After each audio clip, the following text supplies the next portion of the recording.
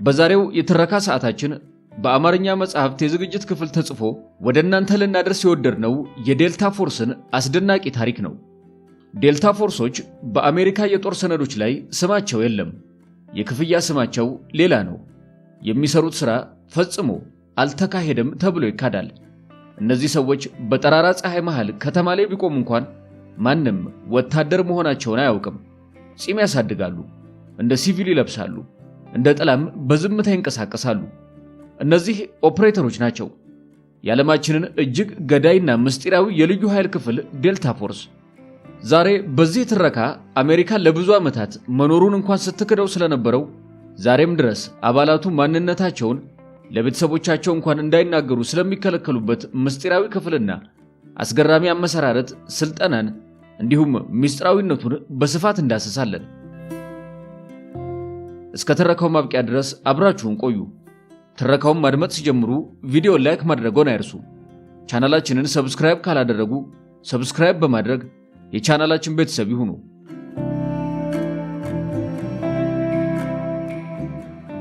ዴልታ ፎርስ በይፋ መጠሪያው ፈርስት ስፔሻል ፎርስስ ኦፕሬሽናል ዲታችመንት ዴልታ ይባላል። ነገር ግን በፔንታጎን ውስጥ እንኳን በስሙ አይጠራም። ይልቁንም ዘ ዩኒት ክፍሉ ወይም ዲቦይስ ይባላሉ። ታሪኩ የሚጀምረው ከዴልታ መመስረት 15 ዓመታት በፊት ነው። እንደ አውሮፓውያኑ አቆጣጠር በ1962 ዓ.ም ኮሎኔል ቻርልስ ቤክዊዝ የተባሉ የአረንጓዴ ቤሬት ግሪን ቤሬት መኮንን ወደ ብሪታንያ ተላኩ። ዓላማቸው ከብሪታንያው ልዩ ኃይል ሳስ ስፔሻል ኤር ሰርቪስ ጋር የልውውጥ ስልጠና መውሰድ ነበር። ቤክዊዝ እዚያ ያዩት ነገር አስደነገጣቸው። ሳስ ልክ እንደ ተራ ወታደር አልነበረም የሚሰለጥነው። አባላቱ በትንሽ ቡድን ተከፋፍለው እጅግ በረቀቀ መንገድ የጠላትን መስመር ሰብረው በመግባት መብረቃዊ ጥቃት የመሰንዘር ብቃት ነበራቸው። ቤክዊዝ ወደ አሜሪካ ሲመለሱ አንድ ትልቅ እውነት ተገነዘቡ። አሜሪካ የፈለገውን ያህል ግዙፍ ሰራዊት ቢኖራትም እንደ ሳስ ያለ ንቁ ጥንቁቅና ገዳይ የሆነ ትንሽ ክፍል ግን ፈጽሞ የላትም። ቤክዊዝ ወደ ፔንታጎን ተመልሰው እንደ ሳስ ያለ ቡድን ያስፈልገናል የሚል ሐሳብ አቀረቡ። ነገር ግን የጦር ጀነራሎቹ ሐሳቡን ውድቅ አደረጉት።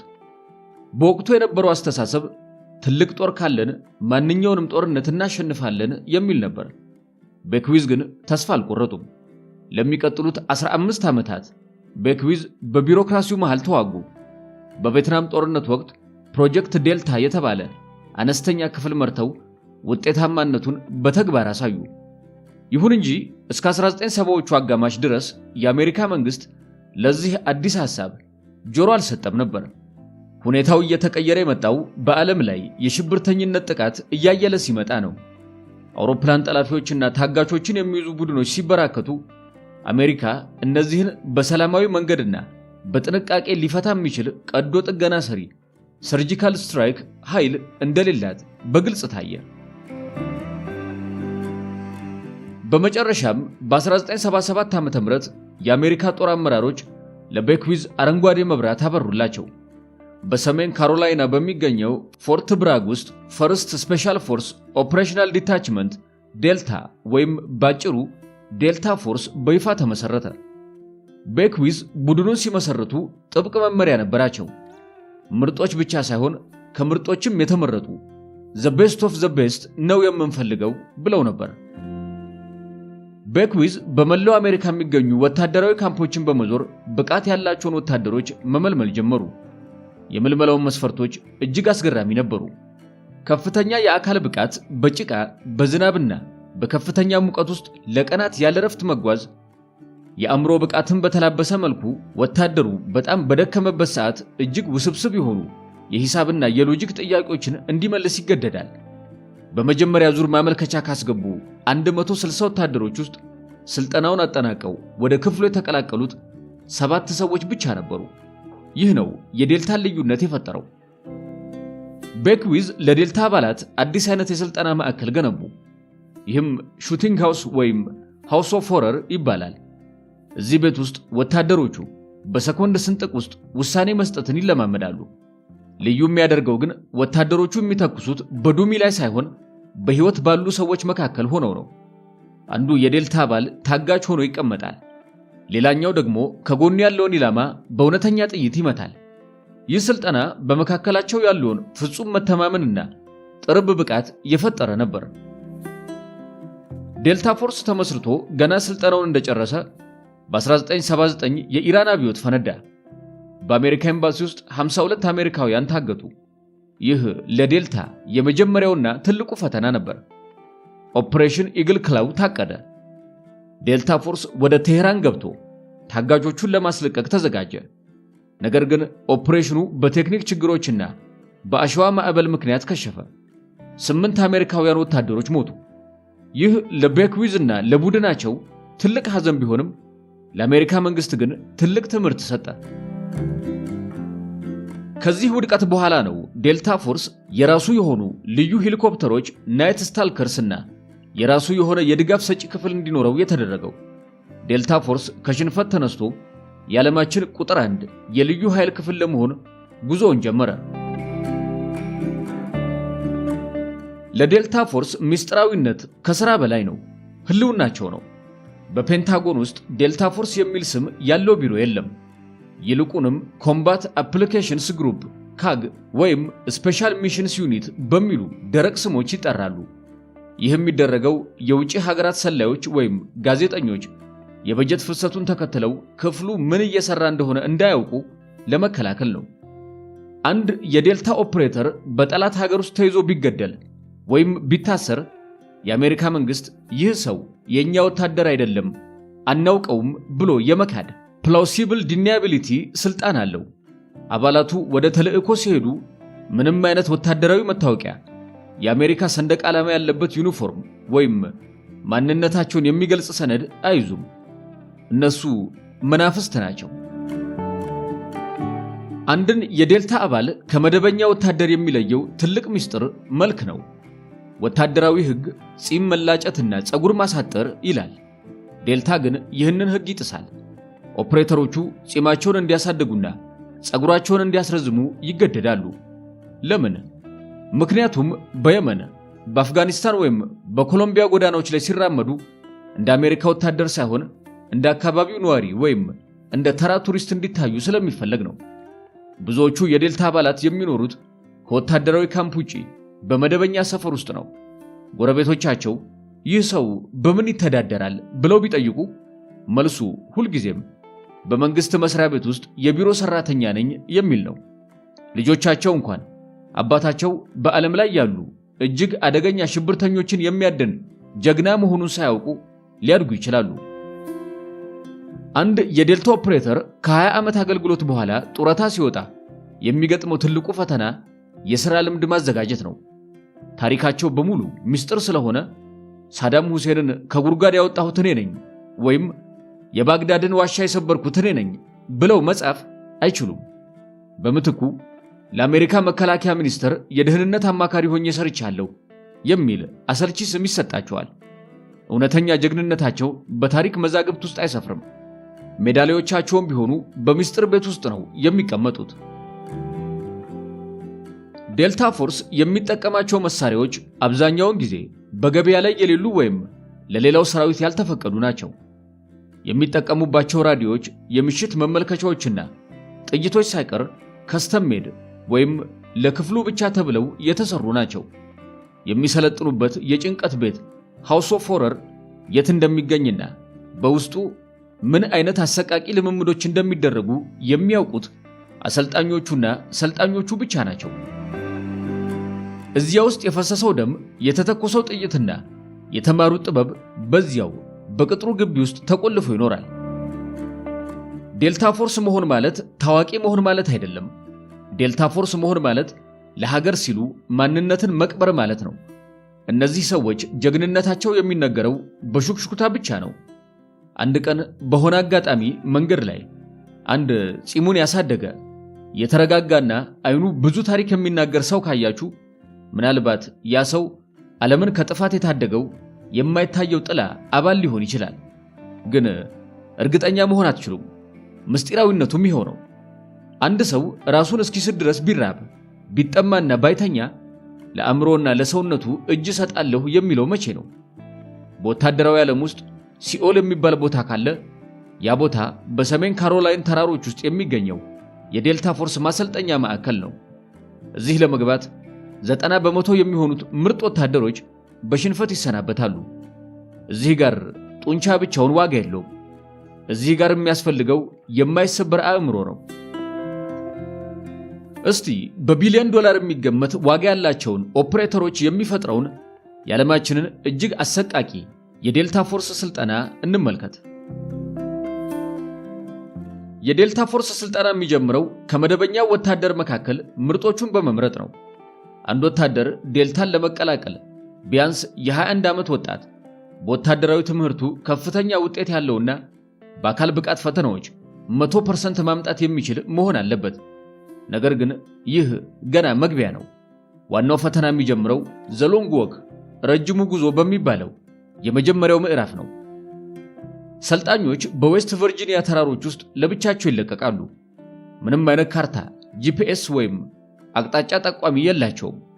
ያላቸው 60 ፓውንድ ወይም 27 ኪሎ ግራም የሚመዝን ቦርሳና አንድ ኮምፓስ ብቻ ነው። ለቀናት ያለ እረፍት በጭቃና በቁጥቋጦ ውስጥ ማይልሶች እንዲጓዙ ይደረጋል። አሰልጣኞቹ ሰልጣኙን አይዞህ አይሉትም ወይም ምን ያህል ርቀት እንደሚቀረው አይነግሩትም። ዓላማው ወታደሩ ተስፋ ቆርጦ ይብቃኝ እስኪል ድረስ አእምሮውን ማስጨነቅ ነው። የአካል ብቃት ፈተናውን ያለፉት ጥቂት ወታደሮች የሚቀጥለው ፈተናቸው አእምሮአዊ ምርመራ ነው። ሰልጣኙ እጅግ በደከመበትና አእምሮ በዛለበት ሰዓት በከፍተኛ የሥነ ልቦና ባለሙያዎች በዴልታ መኮንኖች ፊት ይቀርባል። እዚህ ጋር የሚጠይቁት ጥያቄዎች ወታደራዊ አይደሉም። የግል ሕይወቱን፣ ፍርሃቱንና ድክመቶቹን የሚነኩ ጥያቄዎች ይወረውሩለታል። ግለሰቡ ግልፍተኛ ነው ወይስ በከፍተኛ ጭንቀት ውስጥ ሆኖ የተረጋጋ ውሳኔ መስጠት ይችላል? ዴልታ የሚፈልገው ራምቦ አይነት ተዋጊ ሳይሆን እንደ ቼስ ተጫዋች የሚያስብ ብልህ ተዋጊ ነው። እዚህ ጋር አንድ ትንሽ ስህተት ወይም የትዕቢት ንግግር ከስልጠናው ያባርራል። የአእምሮ ፈተናውን ያለፉት ጥቂቶች ኦፕሬተር ትሬኒንግ ኮርስ ኦቲሲ ወደሚባለው የ6 ወራት ጥልቅ ስልጠና ይገባሉ። የዚህ ስልጠና ማዕከል ደግሞ ዘ ሹቲንግ ሃውስ ይባላል። ዴልታ ፎርስ ከሌሎች የሚለየው ልምምድ የሚያደርገው በእውነተኛ ጥይት ላይቭ አሞ መሆኑን ነው። በህንፃ ውስጥ ታጋቾችን የማስለቀቅ ልምምድ ሲያደርጉ አንዳንዶቹ አባላት ታጋች ሆነው ይቀመጣሉ። ሌሎቹ ደግሞ ከጆሮአቸው ጥቂት ሴንቲሜትሮች ርቀት ላይ ያለውን ሽብርተኛ እንዲመቱ ይገደዳሉ። ይህ የሚደረገው አባላቱ እርስ በእርስ ያላቸው መተማመን የሞትና የህይወት መሆኑን እንዲያውቁት ነው። በአንድ ክፍል ውስጥ 6 ሰልጣኞች ጥይት ሲያዘንቡ ማንም ሰው በስህተት ጓደኛውን አይመታም። ይህንን ለማሳካት በቀን ለ18 ሰዓታት የተኩስ ልምምድ ያደርጋሉ። ዴልታ ፎርስ ገዳይ ብቻ አይደለም፣ ሰላይም ጭምር ነው። ሰልጣኞች በከፍተኛ ፍጥነት መኪናን እንዴት ማዞር፣ ማገላበጥና ጠላትን በመኪና መግጨት እንዳለባቸው በሚገባ ይሰለጥናሉ። ማንኛውንም አይነት ዘመናዊ መቆለፊያ በሰከንዶች ውስጥ ሰብረው መግባት እንዲችሉ በስፋት ይማራሉ።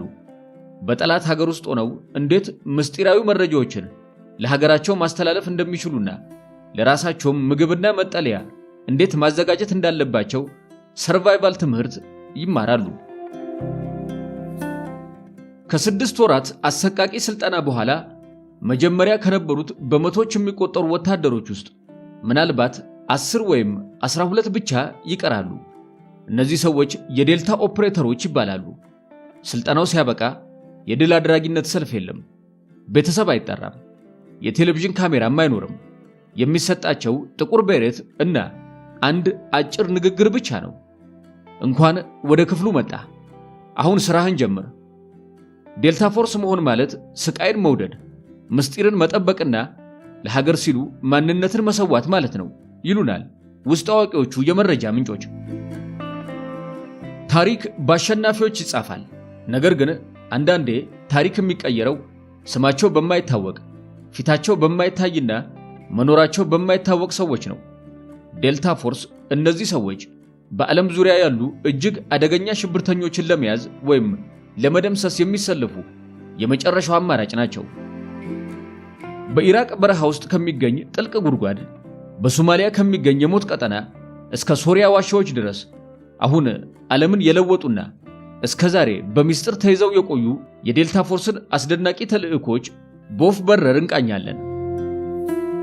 በ1989 አሜሪካ ፓናማን ከመውረሯ ጥቂት ቀደም ብሎ አንድ ትልቅ ችግር ገጥሟት ነበር። ከርት ሙሴ የተባለ አሜሪካዊ የሲአይኤ ሰላይ በፓናማ እጅግ ጥብቅ በሆነው ካርሴል ሞዴሎ እስር ቤት ውስጥ ታስሮ ነበር።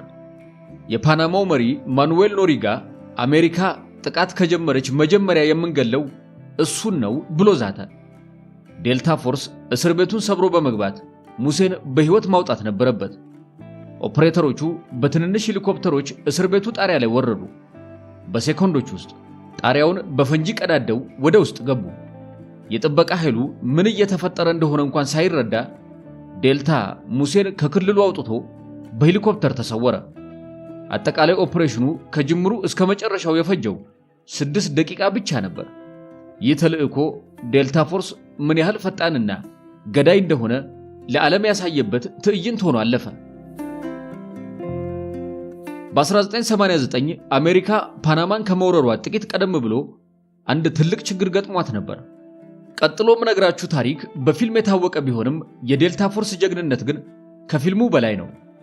በሶማሊያ ሞቃዲሾ ውስጥ የጦር አበጋዞችን ለመያዝ በተደረገው ዘመቻ 2 የአሜሪካ ሄሊኮፕተሮች ወደቁ። ጋሪ ጎርደን እና ራንዳል ሹጋርት የተባሉ የዴልታ አባላት የወደቀችው ሄሊኮፕተር ፓይለት በሕይወት እንዳለ አወቁ። በሺህ የሚቆጠሩ የጠላት ታጣቂዎች ወደ ስፍራው እየመጡ ነበር። እነዚህ 2 ጀግኖች ብቻውን እንዲሞት አንተውም በሚል ራሳቸውን ለአደጋ ጋልጠው ከሄሊኮፕተር ወረዱ። ጥይት እስኪያልቅባቸው ድረስ በመቶዎች የሚቆጠሩ ጠላቶችን ተዋግተው ተሰዉ። የነሱ መስዋዕትነት ፓይለቱ ማይክ ዱራን በሕይወት እንዲተርፍ አድርጓል። ለዚህም ተግባራቸው ከቪየትናም ጦርነት በኋላ ለመጀመሪያ ጊዜ ሜዳል ኦፍ ሆነር የተሸለሙ የዴልታ አባላት ሆነዋል። አሜሪካ ኢራቅን ከወረረች በኋላ ሳዳም ሁሴን እንደ ጥላ ጠፋ። ለወራት ቢፈለግም ሊገኝ አልቻለም። በመጨረሻም ዴልታ ፎርስ ታስክ ፎርስ 121 የተባለውን ቡድን መርቶ ፍለጋውን ጀመረ። በዲሴምበር 2003 ኦፕሬሽን ሬድ ዳውን ተጀመረ። ዴልታ ፎርስ በትክክለኛ መረጃ በመታገዝ በአድ ዳውር ከተማ አቅራቢያ የሚገኝ አንድ እርሻን ከበበ። ሳዳም የተገኘው በቤተ መንግሥት ውስጥ ሳይሆን ስፓይደር ሆል ተብሎ በሚጠራ ጥልቅና ጠባብ ጉድጓድ ውስጥ ተደብቆ ነበር።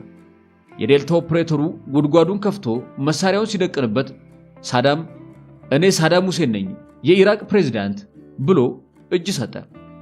ያለምንም ጥይት ወይም ተኩስ ዓለምን ሲያሸብር የነበረው መሪ በዴልታ እጅ ወደቀ። የአይሲስ መሪ አቡበከር አልባግዳዲ የዓለም ቁጥር 1 ተፈላጊ ነበር። ዴልታ ፎርስ መረጃውን ተከትሎ እስከ ሶሪያ ሰሜናዊ ክፍል ዘለቀ። 8 አሜሪካውያን ሄሊኮፕተሮች የባግዳዲን መሸሸጊያ ከበቡ። ባግዳዲ መውጫ ሲያጣ ወደ ዋሻ ውስጥ ገባ። የዴልታ ኦፕሬተሮች ኮናን የተባለችውን ጎበዝ የጦር ውሻ ወደ ዋሻው ሰደዱ።